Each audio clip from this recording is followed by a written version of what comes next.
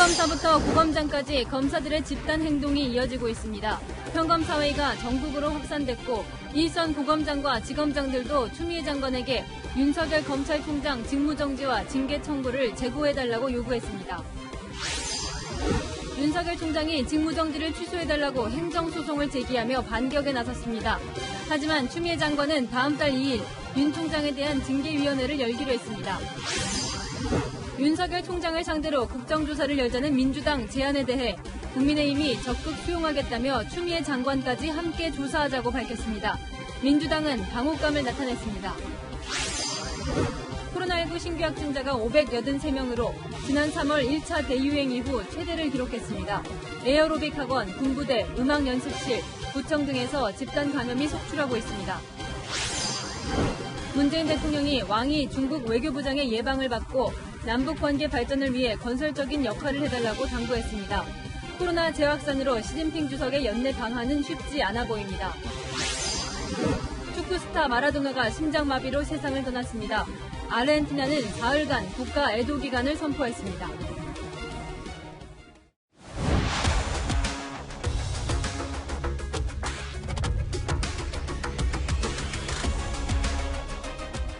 뉴스의 동정민입니다. 현직 검찰총장 직무정지와 징계 청구라는 이 사상 초유의 사태에 맞서는 이 검사들의 반발 수준도 사상 초유입니다.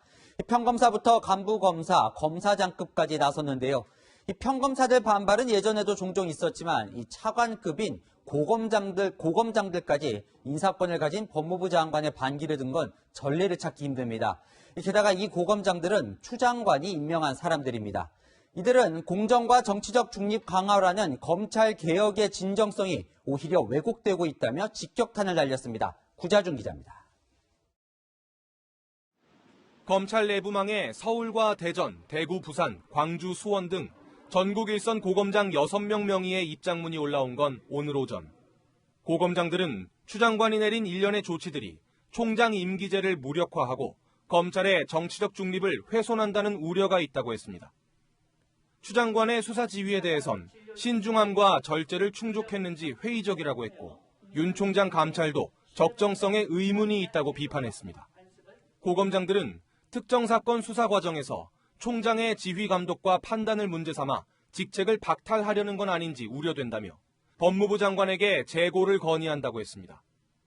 고검장들은 전화 통화로 의견을 모았고 논의 과정에 이견도 없었던 걸로 전해졌습니다. 추미애 장관과 윤석열 총장의 갈등 사태가 불거진 뒤 고검장들이 집단으로 의견을 표출한 건 처음입니다. 다만 검찰총장 권한대행인 조남관 대검차장검사와 고기영 법무부 차관은 참여하지 않았습니다.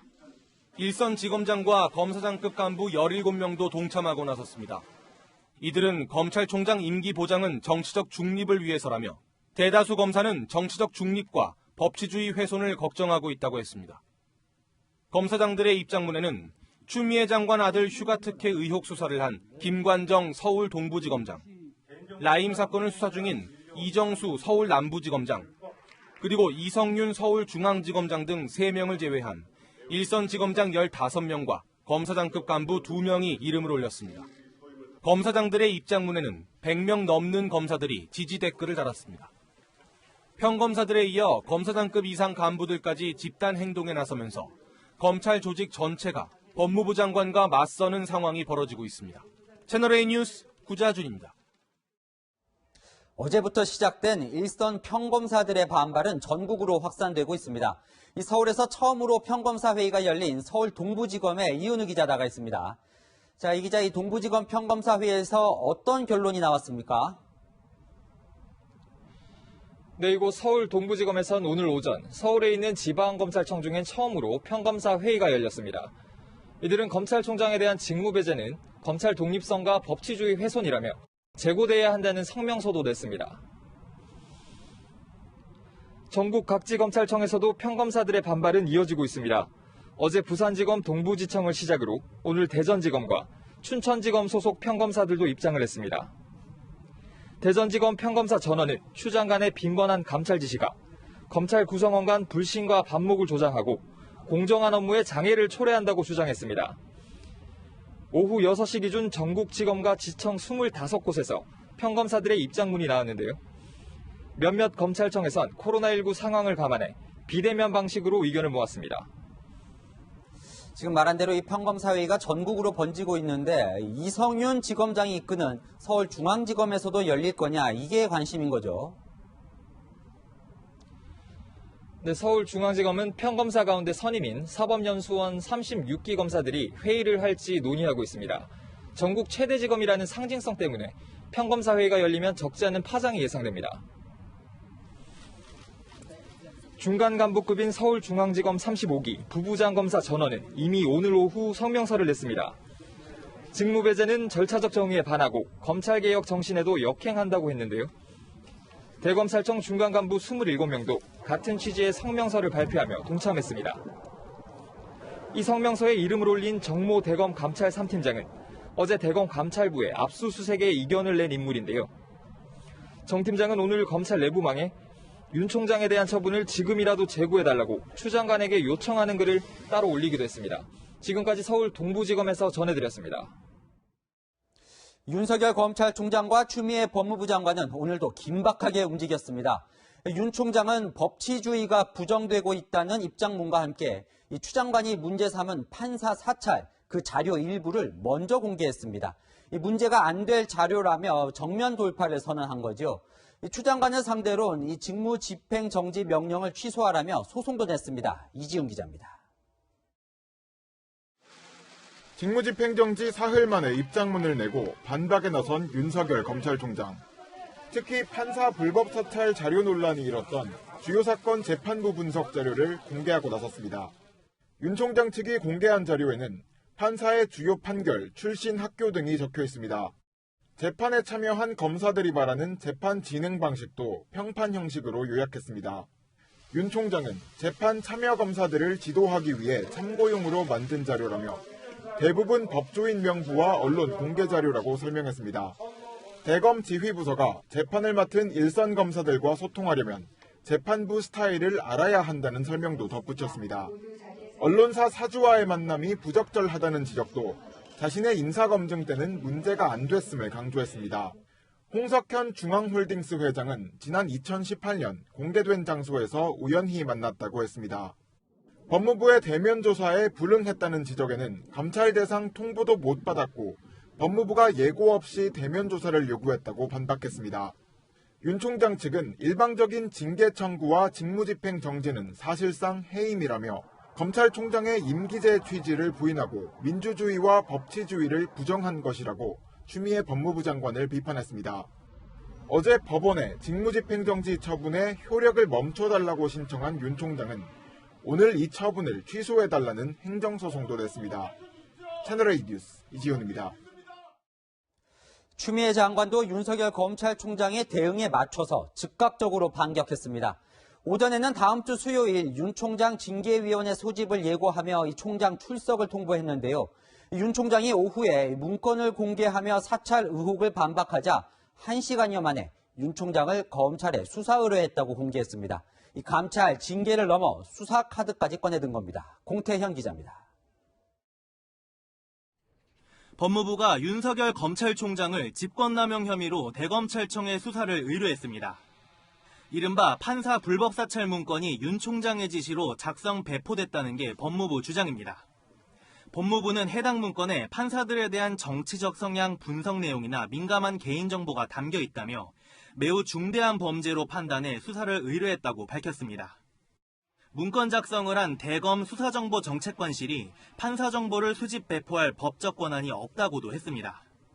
법무부의 윤 총장 수사 의뢰 사실 공개는 윤 총장 측이 관련 문건을 공개하며 판사 사찰 의혹을 반박한 지 1시간여 만에 나왔습니다. 윤석열 총장의 징계 수위를 다룰 검사 징계위원회 일정도 다음 달 2일로 결정됐습니다. 검찰총장의 심각하고 중대한 비위 혐의를 다수 확인하였습니다. 법무부는 윤 총장 측에 검찰총장 본인이나 특별변호인이 징계위에 출석하라고 통지했다고 밝혔습니다. 이에 대해 윤 총장 측은 징계위에 직접 출석할지 아직 정해지지 않았다고 설명했습니다.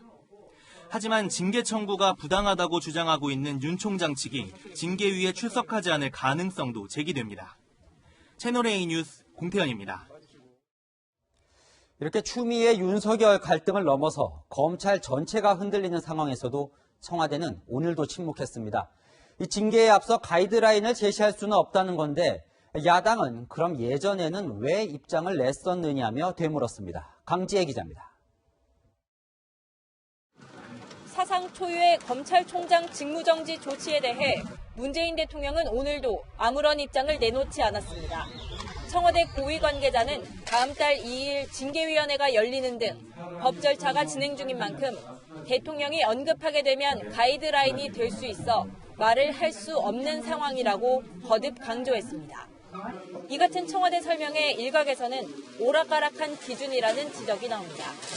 문 대통령은 지난해 9월 조국 전 장관에 대한 검찰 수사가 한창일 때 검찰개혁을 언급하며 검찰의 성찰을 강조했습니다. 엄정하면서도 인권을 존중하는 절제된 검찰권의 행사가 무엇보다 중요합니다. 김학의, 장자연, 버닝썬 사건 등 국민적 요구가 있었던 특정 사건을 지목하며 엄정 수사를 지시하기도 했습니다. 주머니 속을 뒤집어 보이듯이 명명백백하게 밝혀내지 못한다면 서정기관으로서의 공정성과 공신력을 회복할 수 없을 것입니다. 야당은 당장 그때와 지금이 왜 다르냐고 따져 물었습니다. 문 대통령은 과거엔 정적 잡는 데에 건건이 가이드라인을 대놓고 제시하더니 이제는 우아한 침묵 뒤에 숨고 있습니다. 법치에 조종을 울리는 일입니다. 청와대는 윤 총장이 법적 대응에 나선 점을 강조했고 재판을 앞두고 대통령이 말을 하면 어떡하냐며 당분간 침묵을 이어갈 것임을 시사했습니다. 채널A 뉴스 강지혜입니다. 야당은 추미애 장관이 윤석열 검찰총장을 공격하는 공통된 시점이 있다고 합니다. 바로 청와대와 여권을 향한 살아있는 권력의 수사의 칼날을 겨눌 때 힘을 뺀다는 건데요. 실제 그런지 살펴봤습니다. 이현수 기자입니다. 국민의힘은 검찰 수사가 여권을 향할 때마다 추미애 법무부 장관이 나서 윤석열 검찰총장을 배제시켰다고 주장했습니다. 검찰의 독립성을 훼손하고 정권에 대한 수사를 가로막으려 하는 이 정권과 추미애 장관의 폭주가 모든 일의 발단입니다. 추 장관의 윤 총장에 대한 징계 청구와 직무정지 명령은 대전지검이 월성 1호기 경제성 평가 조작 의혹과 관련해 전방위 압수수색을 벌인 지 19일 만에 이루어졌습니다. 검찰이 조만간 백운규 전 산업통상자원부 장관과 최이봉 전 대통령 산업정책비서관을 소환해 청와대 개입 의혹까지 들여다보려고 하는 시점에 윤 총장의 직무가 정지된 겁니다. 다수 여권 인사들의 이름이 거론된 라임 자산운용 사태에서도 추 장관은 수사지휘권을 발동해 윤 총장을 배제시키며 수사 개입 의혹에 대한 감찰을 지시했습니다. 옵티머스 펀드 사기 사건도 2018년 윤 총장이 서울중앙지검장 시절 고발 사건을 무혐의 처리한 과정을 문제 삼아 감찰을 지시했습니다. 청와대 울산시장 선거 개입 의혹 사건의 경우 지난 1월 당시 수사팀이 송철호 울산시장을 비롯해 여권 핵심 인사 13명을 기소했지만 지난 8월 인사로 수사팀이 재편되면서 추가 수사가 답보 상태입니다. 민주당은 윤 총장 배제가 정권 수사를 막기 위한 것이란 야당의 주장에 대해 적반하장이라며 직권 남용은 검찰이 했다고 반박했습니다. 채널A 뉴스 이현수입니다. 평검사부터 고검장까지 집단 행동에 나선 초유의 상황, 사회부 정현우 기자의 취재 내용을 좀 들어보겠습니다. 자, 정 기자, 그야말로 다 들고 일어난 거죠? 네, 오늘 하루 전국 20여 곳에 이르는 일선 지검과 지청에서 평검사들이 회의를 열었고 앞서 보셨듯이 검찰 고위 간부인 고검장과 지검장들도 입장문을 발표했는데요. 이 회사로 치면 말단 사원부터 부장의 이사까지 모두 참여한 셈이어서 사실상 검찰 조직 전체가 집단행동에 나섰다고 봐야 할 것 같습니다. 과거에도 이 평검사들이 회의를 열어서 반발한 적은 있었던 거죠? 네, 말씀하셨듯이 평검사 회의가 이번이 처음은 아닙니다. 마지막으로 열린 게 7년 전, 그러니까 2013년인데요. 네. 최동욱 당시 검찰총장이 혼외자 의혹으로 사표를 냈을 때 서울 서부지검 검사들이 회의를 소집한 적이 있습니다. 그런데 이번에는 좀 다른 양상인 게 고검장과 지검장들도 나서서 목소리를 낸다는 겁니다. 승진을 못하면 사실 퇴직하는 게 관례인 이 고검장이나 지검장들은 인사상 불이익을 신경 쓸 수밖에 없는데요. 오늘 발표된 입장문을 보면 직책과 이름을 모두 밝히고 정제됐지만 강도 높은 어조로 추미애 장관의 검찰총장 직무 정지와 징계 청구가 부당하다고 표현했습니다. 선배 검사들이 평검사들에게 운신의 폭을 넓혀주려고 총대를 맸다고도 볼 수 있겠습니다. 네, 그런데 이번에 성명을 낸 이 고검장, 지검장들, 이 추미애 장관이 임명한 사람들인 거죠? 네, 오늘 입장문을 낸 고검장과 지검장이 23명인데 모두 추미애 장관이 인사해서 임명이 됐고요. 승진한 사람도 있습니다. 본인을 임명하고 승진시킨 장관에게 반기를 든 셈인데요. 다만 앞서 보신 것처럼 이름을 안 올린 지검장도 3명이 있습니다. 이성윤 서울중앙지검장, 이정수 서울남부지검장, 김관정 서울동부지검장인데 모두 윤 총장이나 추 장관과 관련된 사건을 맡고 있어서 참여하지 않은 것으로 보입니다. 네, 이 드러난 거 외에 이 검사들 속내가 좀 궁금한데요. 정현우 기자가 취재를 좀 했죠. 네, 취재를 해보니까요. 우선 코로나19 때문에 대면회의가 좀 여의치가 않아서 전화나 메신저를 이용해서 며칠에 걸쳐서 차분한 분위기 속에서 좀 의견을 모았다고 하고요. 윤 총장에 대한 호불호를 떠나서 추미애 장관의 이번 조치가 검찰의 중립성을 심각하게 훼손할 것이라는 공통된 우려가 나왔다고 합니다. 총장의 개인 비리도 아니고 사건 수사와 관련된 판단 등을 감찰과 징계의 근거로 삼은 건 문제가 있다. 이런 공감대가 형성이 되면서 위아래 가릴 것 없이 의견을 표출하면서 집단 행동에 나선 겁니다. 이렇게 이제 집단 반발은 이미 이제 진행이 되고 있고 어떻게든 수습은 되어야 하지 않겠습니까? 근데 추미애 장관은 꿈쩍도 안 하는 것 같아요. 네, 앞서 보신 것처럼 법무부가 윤석열 검찰총장을 판사 사찰 의혹과 관련해서 직권 남용 혐의로 수사를 의뢰했습니다. 다음 달 2일, 그러니까 다음 주 수요일에 징계위원회도 열겠다고 이미 선언을 했는데요.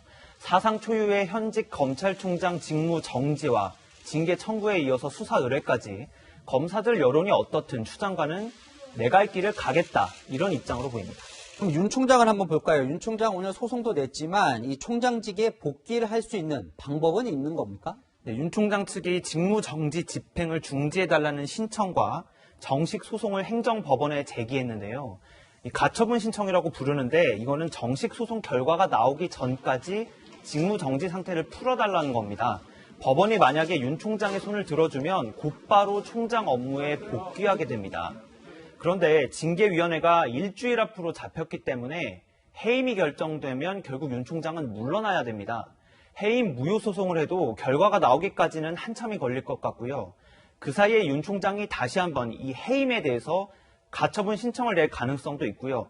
여기에 추 장관이 반격하기 위해서 해임 결정과 동시에 후임 검찰총장 임명을 대통령에게 요청할 수 있다는 관측도 나옵니다. 네, 후임 총장 임명 이야기까지 나오는군요. 네, 여기까지 듣겠습니다. 사회부 정현우 기자였습니다.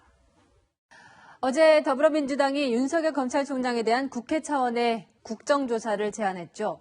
국민의힘이 이를 수용하겠다고 밝혔습니다. 윤석열 총장, 추미애 장관 다 조사하자며 역공에 나선 겁니다. 그러자 민주당은 한 발 물러선 분위기입니다. 안보겸 기자입니다. 국민의힘은 윤석열 검찰총장 직무정지 사유가 궁색하다는 지적이 많다며 윤 총장 국정조사를 하자고 밝혔습니다. 검찰총장 직무정지 사유와 함께 법무장관의 수사주의권과 검찰권 남용 및 과잉인 인사권 행사에도 민정 문제가 없는지 포괄적인 국정조사가 진행돼야 할 것입니다. 묻고 더블로 가라는 전략이 있습니다. 추미애 법무부 장관에 대한 국정조사도 피해갈 수가 없습니다. 윤 총장 국정조사를 하자는 더불어민주당의 제안을 수용한 건데 국정조사 대상에 추미애 장관도 포함시키자는 주장입니다. 국정조사 수용에는 윤 총장 국정조사가 추 장관의 문제점을 폭로하는 장이 될 것이라는 판단이 깔려 있습니다. 그러자 민주당은 무조건 국정조사를 하자는 것은 아니었다며 보류하는 움직임입니다. 조사가 어떤 걸 하겠다 이렇게 이제 판단한 건 아니고 그런 정도의 심각한 문제라고 하는 걸 강조하기 위해서 국정조사나 특별수사나 여러 가지 형태로 하여간 진상이 규명돼야 되겠다. 오전에 있었던 당 지도부 회의에서도 국정조사와 관련된 공개 발언은 없었습니다. 국정조사가 오히려 윤 총장과 야당에 반격할 기회가 될 수 있다는 우려가 반영된 것으로 보입니다. 채널A 뉴스 안보겸입니다. 여야는 윤석열 검찰총장을 국회에 부를지를 놓고도 이틀째 충돌했습니다. 국민의힘이 윤 총장에게 발언 기회를 줘야 한다며 국회 상임위 출석을 추진했지만 더불어민주당이 반발했습니다. 이민찬 기자입니다. 국회 법제사법위원회 소속 여야 의원들은 윤석열 검찰총장의 출석 여부를 두고 회의 전부터 신경전을 벌였습니다. 법무부 장관이나 윤석열 총장이 출석할 수 있는 길을 애시당초 원천봉쇄해버린 그런 상황입니다. 윤호중 위원장이 권한을 남용한 것 아니냐. 직무 정지되어 있는 윤석열 검찰총장의 직무를 회복해 주는 겁니다. 네? 국회가 무슨 권한으로 이 직무를 회복시켜줄 권한이 있죠? 국민의힘의 계속된 요구에 회의는 열렸지만 충돌은 이어졌습니다. 아무 관계없는 공수처법과 상법 받아주면 윤석열 부를 수 있다. 이게 지금 딜할 상황입니까? 국회법을 지키지 않더라도 사안이 긴급하고 해야 되면은 어겨도 되는 조항입니까? 더불어민주당은 내일 추미애 장관만 불러 현안 질의를 하자고 제안했지만 국민의힘이 반발하면서 회의는 40여 분 만에 산회했습니다. 예, 더 이상 회의가 어려움으로 산회를 선포합니다. 솔직하게 얘기하세요. 이 와중에 윤호중 법사위원장은 국민의힘 간사의 교체까지 요구했습니다. 김도 간사에 대해서 저는 대단히 불쾌함을 느꼈고 과연 이런 간사하고 위원회 운영을 앞으로 계속할 수 있을런지 심히 걱정스럽습니다. 위원장님이 지금 국회의 추미애예요. 그러면 제1야당 간사 말 안 듣는다고 이렇게 지금 하실 수 있습니까? 오후에 열린 법사위 법안심사 소위는 민주당 의원들만 참석한 채 진행됐습니다. 채널A 뉴스 이민찬입니다. 오늘 코로나19 신규 확진자는 600명 가까이 폭증했습니다. 그동안의 추이를 보면 1차 대유행 때 이후로 하루 확진자가 500명이 넘은 것은 처음입니다. 1차 때는 신천지 신도를 중심으로 퍼진 반면 이번 유행은 지역별로 소규모 감염이 이루어지고 있다는 게 더 큰 문제입니다. 먼저 김단비 기자입니다. 서울 노원구청 선별진료소 앞에 긴 줄이 생겼습니다. 이곳에서 근무하던 공무원이 지난 24일 확진되면서 직원과 직원의 가족 등 1000여 명에 대한 검사가 진행 중입니다. 지금까지 최소 14명이 추가 확진됐는데 모두 같은 부서에서 일한 동료 직원들입니다. 창문이 2-3개에 불과해 환기가 어려운 사무실 환경과 식사 모임 등이 연쇄 감염의 원인으로 지목되고 있습니다. 이런 소규모 집단 감염이 속출하면서 코로나19 신규 확진자는 583명을 기록했습니다. 그동안 환자가 단 한 명도 없던 경북 울릉군에서도 확진 판정이 나오는 등 전국 17개 시도에서 모두 확진자가 발생한 겁니다. 경기 연천 육군 5사단 신병교육대에서 최소 70명이 코로나19에 걸린 것으로 확인됐습니다. 경남 진주 이통장 제주 연수 모임 관련 확진자는 59명까지 늘었고 부산과 울산의 장구 강습 관련해서도 6명이 추가돼 관련 확진자는 53명으로 집계됐습니다.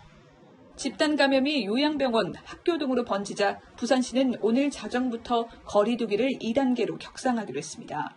방역당국은 전파 고리가 2, 3차로 그치지 않고 그 이상으로 이어지고 있다며 1일 환자 수가 600명에 육박하는 지금의 확산세가 다음 주까지 이어질 걸로 내다봤습니다.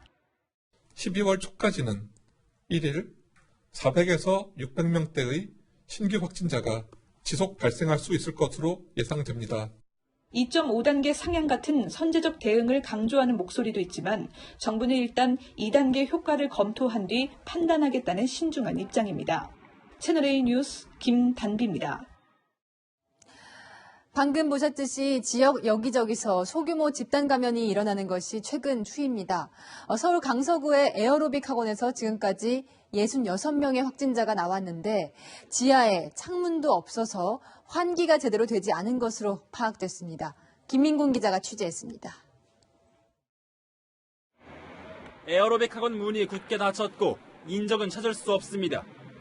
이 학원에선 사흘 전 첫 확진자가 나온 이후 어제 하루에만 60명이 한꺼번에 확진되었습니다. 강사와 수강생은 물론 가족까지 확산되면서 지금까지 관련 확진자는 66명입니다. 확진자가 무더기로 발생한 에어로빅 학원인데요. 보시는 것처럼 지하에 있어 환기가 제대로 이루어지지 않은 것으로 파악됐습니다. 외부로 통하는 창문도 없었고 음악 소리가 밖으로 새어나가는 걸 막기 위해 문도 닫혀 있었습니다.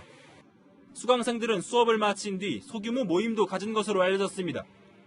샤워하고 먼저 가진 상태로 오시는 분도 꽤 있었습니다. 같은 시간대에 있다 보니까 뭉쳐 다니시는 건 사실 같아요.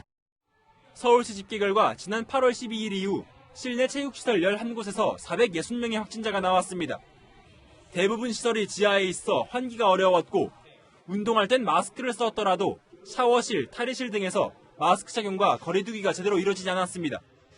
외부 기온이 낮아져서 실내에서 활동이 이제 증가하고 밀폐도 자체가 높아짐에 따라서 집단 확진자들이 많이 발생하고 있는 것으로. 음식물 섭취 금지와 면적당 인원 제한 등 실내 체육시설에 대한 규제가 시행되고 있지만 에어로빅 학원 등은 자유업으로 분류돼 관내에 몇 개가 있는지조차 파악하지 못하고 있습니다. 서울시는 이들 시설에 대해 특별 점검과 함께 방역 대책도 조속히 마련하기로 했습니다. 채널A 뉴스 김민곤입니다. 오늘로 수능이 딱 7일 남았습니다. 시험을 일주일 앞둔 수험생과 학부모들은 특히 가슴을 졸이고 있습니다. 서채리 기자가 수험생과 학부모들 이야기 들어가 봤습니다. 수능 시험을 앞둔 수험생 박준영 군. 등교 수업이 중단된 이후 학원에서 마지막 총정리에 여념이 없습니다. 학교를 가서 공부를 안 하니까 학원에라도 가서 공부를 해야 되는데 학원에서도 코로나에 대한 위협이 도사리고 있고. 시험을 일주일 앞두고 코로나19 걱정에 하루하루가 조심스럽습니다. 샤워는 매일 하고 다니고 있으며 소독약을 학원에서 매일 바르라는 대로 바르고 있는데 카페나 독서실 같은 곳 있잖아요. 그런 곳에 가면 감염의 우려가 있을 것 같아서 최대한 안 가려고 하는. 코로나 확산세가 빨라지면서 지금까지 수험생 21명이 확진 판정을 받았습니다. 자칫 자녀가 코로나에 감염되지 않을까 학부모들도 외부 활동을 줄이고 있습니다. 저 같은 경우는 식당 자영업을 하고 있어요. 일부러 손님들도 조금 덜 받고 늘 가던 사우나도 안 가고 사람들도 안 만나고 그러고. 교육당국은 코로나19에 감염된 수험생들도 시험을 볼 수 있도록 할 방침입니다. 매년 수능 분위기를 띄우던 수험장합 단체 응원도 금지됐습니다. 준비된 병상과 생활치료센터에서 응시하게 됩니다. 현재 정부는 확진자 172명까지 응시할 병상을 확보했습니다. 이와 함께 국민 모두가 수험생을 둔 학부모 마음으로 일주일간 일상적인 친목 활동을 멈춰달라고 호소했습니다. 채널A 뉴스 서채리입니다. 하루 사망자 2,100명, 40초마다 1명씩 사망자가 늘고 있는 미국의 현재 코로나19 상황입니다. 오늘부터 추수감사절이 시작돼서 환자가 더 쏟아질 수 있는데 중환자를 치료하는 의사가 섬뜩한 경고를 했습니다. 샌프란시스코에서 윤수민 특파원이 보도합니다. 코로나19 환자들과 사투를 벌이는 중환자실 의사들. 고글과 마스크, 가운을 입은 의사가 호흡기 장비를 꺼내듭니다. I hope that the last moments of your life don't look like this. 마스크 착용과 거리 두기를 하지 않는 사람들을 향해 심각성을 경고한 겁니다. 미국에선 하루 사망자가 2,100명을 넘어섰고 누적 사망자는 26만 명 이상입니다. 지난 5월 이후 최악의 상황인데 뉴욕에선 지난 봄 사망한 이들의 시신 수백 구가 여전히 냉동차에 방치되고 있습니다. 하지만 봉쇄는 이루어지지 않고 있습니다. 추수감사절 연휴를 앞두고 이미 공항을 통해 전국으로 흩어진 사람만 488만 명에 달합니다. 일부 주에선 여행을 가려면 코로나19 음성 확인서가 필요한데 시간당 9만 원짜리 줄서기 아르바이트까지 등장했습니다. 코로나19 확산에도 아랑곳 않고 추수감사절 세일엔 인파가 몰렸습니다. 70%의 파격적인 할인가를 제공하는 의류 매장 앞입니다.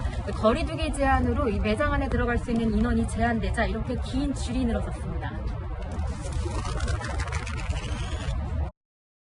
조 바이든 대통령 당선인은 마음을 단단히 먹자고 당부했습니다. But this year, because we care so much for each other, we're going to be having a separate Thanksgiving. So I know how hard it is to forgo family traditions. 일부 병원은 추수감사절 이후 급증할 환자에 대비해 임시 텐트를 치고 병동 마련에 나섰습니다. 미국 샌프란시스코에서 채널A 뉴스 윤수민입니다. 유럽은 EU 국민 모두 4번 이상 맞을 수 있는 20억 개 투약분의 백신을 확보하고 당장 올해 안에 접종을 시작할 계획입니다.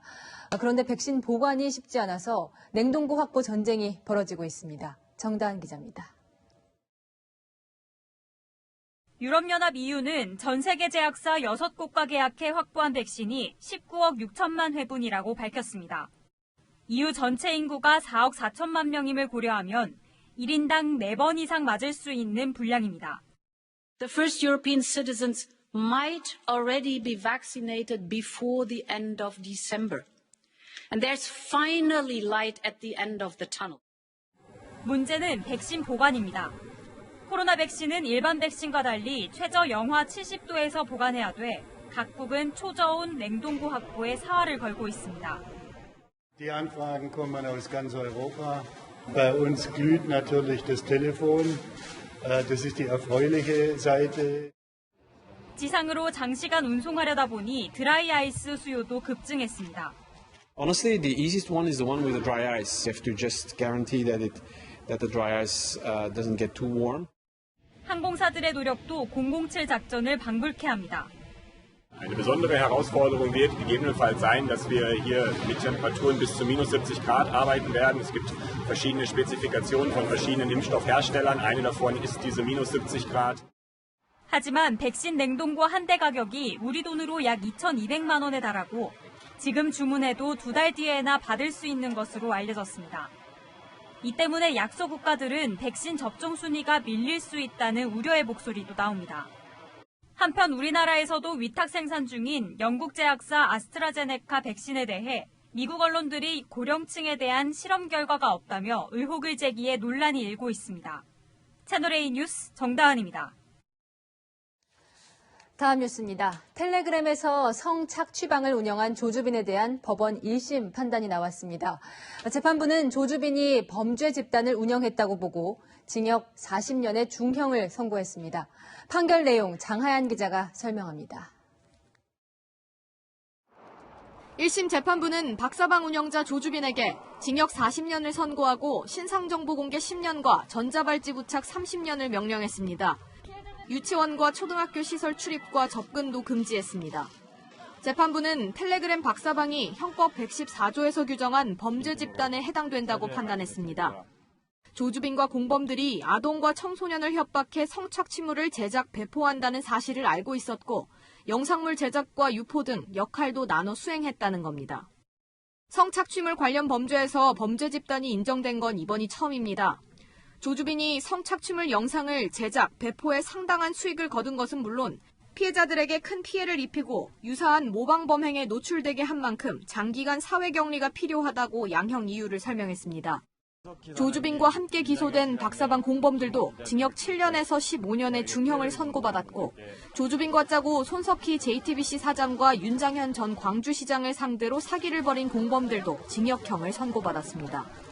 조주빈 측은 처음부터 범행을 대부분 자백했다며 죄에 대해 다툴 생각은 없다고 밝혔습니다. 채널A 뉴스 장하얀입니다. 날이 점점 추워지고 있죠. 이럴 때 더 돌아봐야 할 사각지대가 있습니다. 최근 부모가 못 키우는 아이들을 받아주는 베이비박스 근처에 유기된 아기가 숨지는 사건이 있었습니다. 경찰이 오늘 이 아기의 엄마를 재판에 넘겨야 한다는 의견으로 사건을 검찰로 보냈습니다. 차가운 바닥에 아이를 둔 엄마가 비난을 피할 수는 없겠습니다만 비극을 막을 방법은 없었는지 고민해볼 대목입니다. 제가 직접 현장을 둘러봤습니다.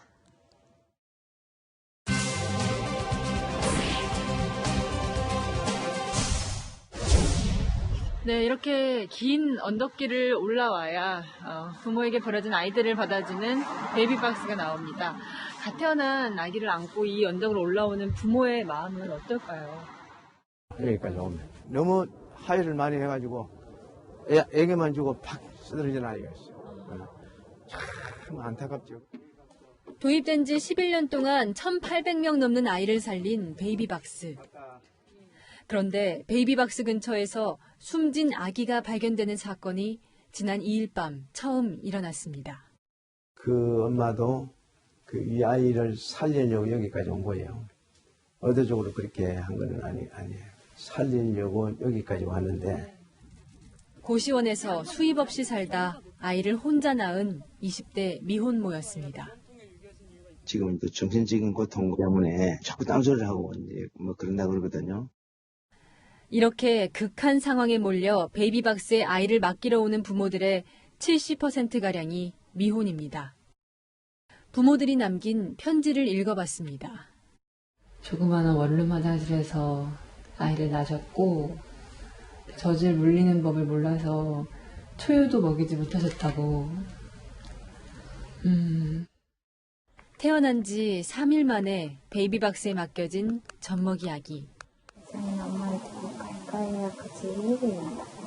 그러면 좋겠다. 조금 이따 갈까요? 한 달만 있다 부탁하신 거라서. 부모가 마음을 바꿔 아기를 다시 데려가는 경우는 30% 정도 있습니다. 여기서 되게 조그만서 왔다가 다 통통해져서 가거든요. 그러면 기분이 제일 좋아요. 얼마 전 영아 사망 사건 이후 이제 이 센서 앞만 지나가도 내부에서는 경보음이 울립니다. 그리고 CCTV를 통해 베이비박스에 아기를 넣는 장면을 모두 지켜볼 수 있습니다. 아이를 맡기러 온 엄마가 쉬었다 가거나 상담을 받을 수 있는 공간도 있습니다. 아기를 데리고 와서 여기에 와서 앉아서 안고 한참 울어요. 이야기도 하고. 안타까운 아기의 죽음이 서툰 부모들의 시행착오가 이런 진전을 이루게 한 겁니다. 부모라는 이름이 아직 어려운 이들. 편견 대신 함께 보듬어야 사각지대를 없앨 수 있지 않을까요? 결혼하지 않았다는 이유로 왜 자꾸 배제하고 차별하고 숨게 만드는가, 그런 부분을 좀 생각해 봐야 되지 않을까. 베이비박스 우리 공동체는 엄마들의 피난처고 도피지. 왜? 정부에서 하는 데 없으니까. 여인선이 간다 였습니다. 1년 만에 한국을 찾은 왕이 중국 외교부장은 거침이 없었습니다. 이 강경화 외교부 장관과의 회담에는 25분 늦더니 미국에 대해서도 시진핑 주석의 방한에 대해서도 할 말을 다 했습니다. 한수아 기자입니다. 문재인 대통령은 왕이 중국 외교부장의 예방을 받고 남북 문제 해결과 경제 분야 협조를 당부했습니다. 왕 의원께서 한중 관계의 발전을 위해서 많은 역할을 해주시고 또 남북 관계의 발전을 위해서도 건설적인 역할을 해주실 것을 바랍니다. 앞서 왕이 부장은 강경화 외교부 장관도 만났습니다. 회담장에 25분이나 늦게 도착해 결례 논란을 빚은 왕이 부장은 시진핑 주석의 연내 방한 가능성에 취재진들의 마스크를 가리키며 이렇게 말했습니다. 我知道刚才说，你看我们现在都戴着口罩，这样实际上它的氛围会受影响，也不见得是疫情结束，主要是能够。 중국이 시 주석의 방한을 계속해서 연기하는 상황을 한국의 코로나19 재확산 탓으로 돌린다는 지적도 나옵니다. 미중 갈등을 의식해 방한한 것 아니냐는 질문에는 불편한 기색을 드러냈습니다. 这个世界不光只有美国呀，我们190多个国家呢，大家都是独立自主的国家，韩国也是，中国也是。 하지만 미 국무부는 SNS에 한국 전쟁은 북한의 남침 때문에 시작됐다며 중국 공산당이 진실을 묻어버릴 수 없다는 글을 올렸습니다. 중공군의 인해 전술로 유엔군 17,000여 명이 사망한 장진호 전투 70주년을 기념한 것이지만 왕이 부장의 방한과 맞물려 함께 피를 흘린 동맹 한국을 향해 미국이 견제구를 던진 것이란 분석도 나옵니다. 채널A 뉴스 한수아입니다.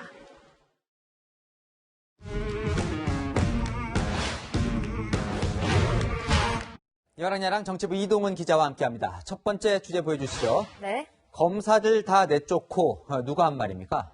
추미애 법무부 장관이 7년 전에 한 말입니다. 자, 오늘은 이제 검사들이 추 장관의 반발해서 집단 행동에 나섰는데요. 네. 7년 전에는 어떤 일이 있었죠? 당시 야당이던 민주당은 최동욱 검찰총장이 국정원 댓글 수사를 지휘하다가 쫓겨났다고 주장했는데요. 그때 혼외자 논란도 있었죠? 네, 그렇습니다. 윤석열 검찰총장은 당시 국정원 댓글 수사 팀장을 하다가 수사에서 전격 배제되고 중징계까지 받았습니다. 추미애 당시 민주당 의원이 어떻게 정부를 몰아붙였는지 영상으로 준비했습니다.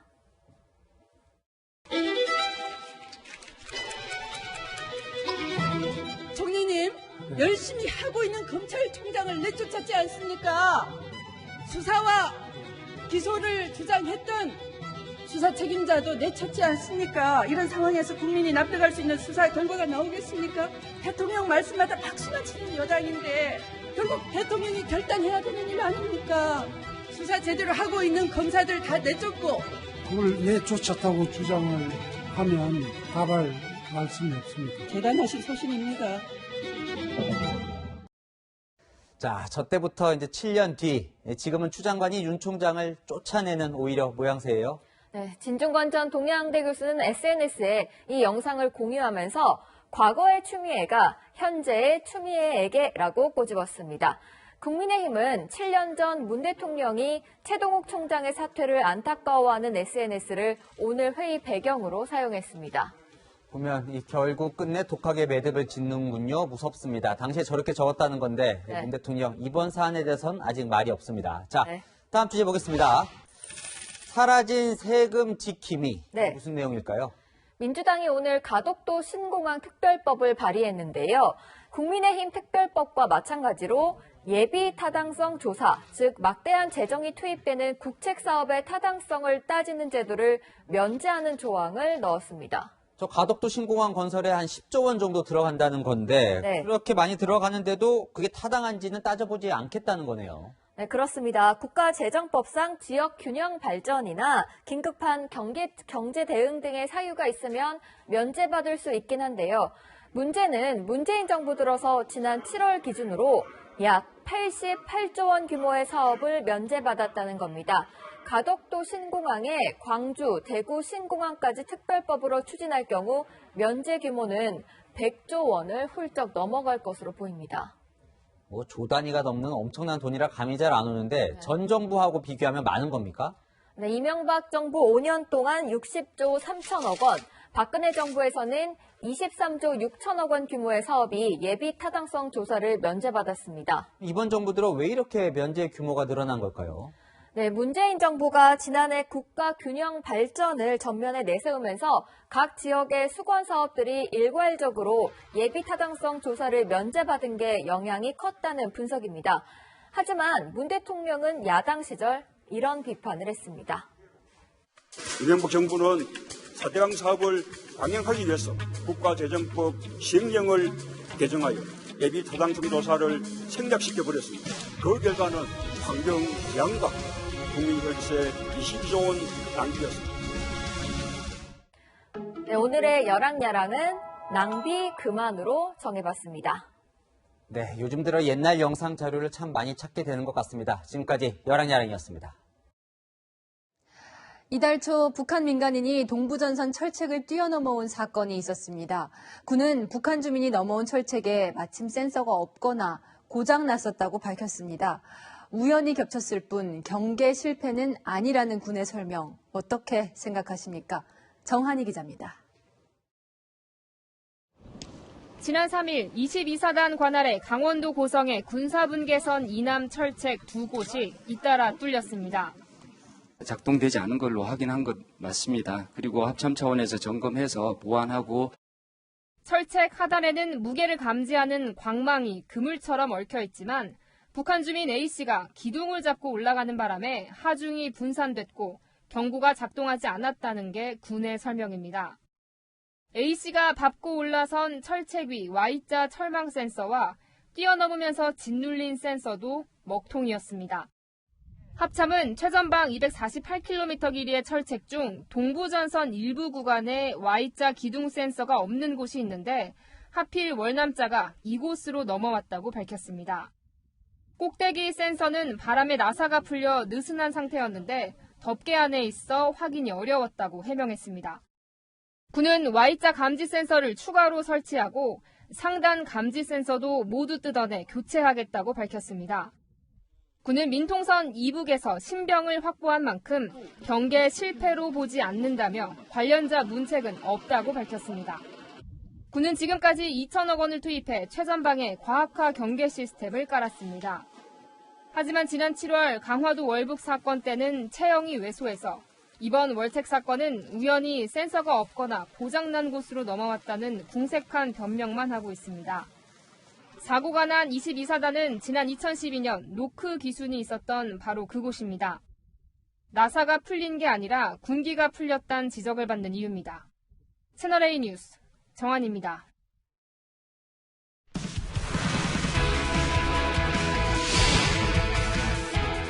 안녕하십니까. 스포츠 뉴스입니다. 그라운드의 풍운하이자 아르헨티나의 축구 영웅 디에그 마라도나가 세상을 떠났습니다. 신의 손 사건과 세계의 골, 축구사의 길이 남을 그 순간을 김유빈 기자가 되돌아봤습니다. 마라도나의 시신을 실은 운구차가 아르헨티나 대통령궁으로 향합니다. 코로나19 확진자가 하루 8,000명 넘게 발생하지만 축구 영웅을 추모하는 인파를 막을 수는 없습니다. 마라도나는 현지 시각으로 어제 심장마비로 숨을 거뒀습니다. 뇌수술을 받고 퇴원한 지 2주 만입니다. 키 165cm, 마라도나는 축구의 상식을 뒤집은 작은 거인이었습니다. 축구 황제 펠레가 최고의 골잡이였다면 마라도나는 경기의 흐름을 단숨에 바꾸는 테크니션이었습니다. 1980년대 나폴리에서 이탈리아 무대를 주름잡던 시절 마라도나를 막기 위해 압박 축구가 탄생하기도 했습니다. 1986년 멕시코 월드컵에선 그 유명한 신의 손 사건을 일으키며 악명을 떨쳤던 마라도나. 하지만 곧바로 60m를 질주하며 잉글랜드를 침몰시킨 세기의 골이 터지자 그의 악명은 찬사에 묻혔습니다. 펠레는 언젠가 하늘에서 함께 공을 찰 것이라고 슬퍼했고 리틀 마라도나로 불리는 메시는 디에고는 영원할 것이라며 애도를 표했습니다. 채널A 뉴스 김유빈입니다.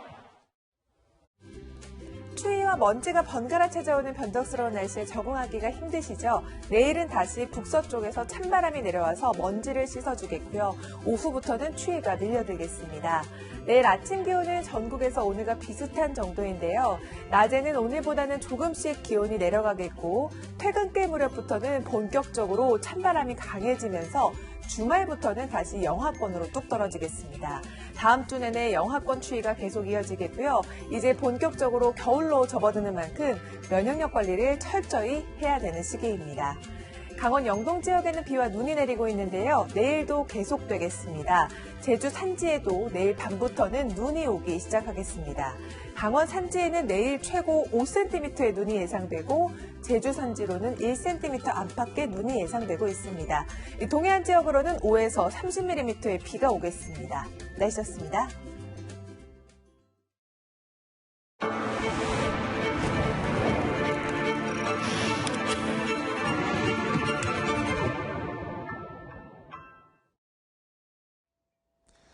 윤석열 검찰총장 직무 배제를 재고해달라. 성명서에 이름을 올린 이 6명 고검장은 모두 추미애 장관이 임명한 이들입니다. 검찰개혁에 찬성해온 정의당도 참여연대도 이번엔 추 장관이 무리했다고 합니다. 검찰은 오늘도 혼돈 속에서 사상 초유의 길을 걷고 있습니다. 오늘 클로징은 진짜 확신하십니까로 하겠습니다. 오늘 뉴스 여기까지입니다. 내일도 뉴스에입니다.